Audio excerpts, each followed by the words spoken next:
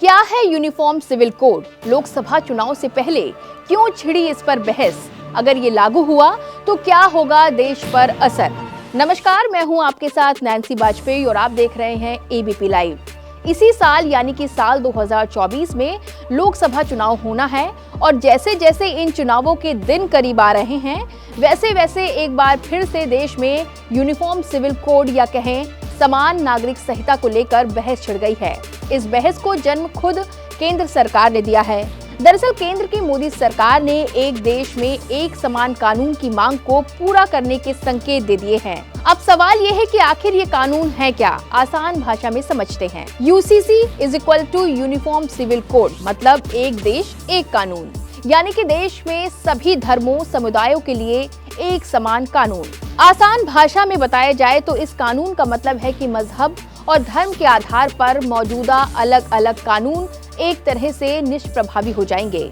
चलिए अब जान लेते हैं कि यूसीसी की संवैधानिक वैधता क्या है। यूनिफॉर्म सिविल कोड संविधान के अनुच्छेद 44 के तहत आती है। इसमें कहा गया है कि राज्य पूरे भारत में नागरिकों के लिए एक समान नागरिक संहिता सुनिश्चित करने का प्रयास करेंगे। इसी अनुच्छेद के तहत यूनिफॉर्म सिविल कोड को देश में लागू करने की मांग की जा रही है। इसके पीछे जनसंख्या को बिगड़ने से रोकना और जनसांख्यिकी यानी कि डेमोग्राफी को नियंत्रित करने की तर्क दी जा रही है।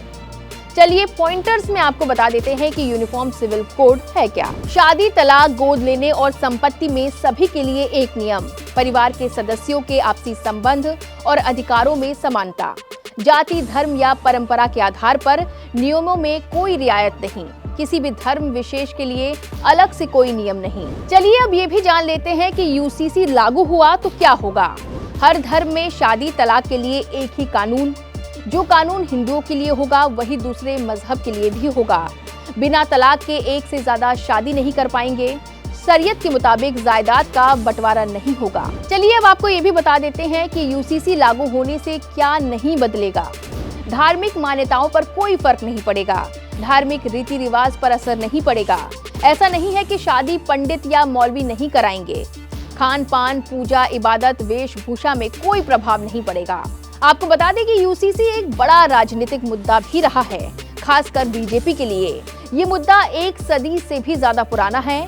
बीजेपी ने हमेशा इसे अपने प्राइमरी एजेंडे में शामिल किया है। 2014 में बीजेपी की सरकार बनने से पहले से ही पार्टी यूसीसी को संसद में कानून बनाने पर जोर दे रही है। ऐसे में अब 2024 चुनाव आने से पहले इस मुद्दे ने एक बार फिर से जोर पकड़ ली है। 2019 लोकसभा चुनाव में भी बीजेपी के घोषणा पत्र में यूसीसी को शामिल किया गया था। यहाँ तक कि बीजेपी सत्ता में आने पर यूसीसी को लागू करने का वादा करने वाली पहली पार्टी है। और अब 2024 के चुनाव से पहले सरकार की तरफ से यूसीसी लागू करने के संकेत मिलने के बाद इस पर फिर से बहस गर्म हो गई है। इस रिपोर्ट में बस इतना ही। तमाम बड़े अपडेट्स आप देखते रहें एबीपी लाइव पर।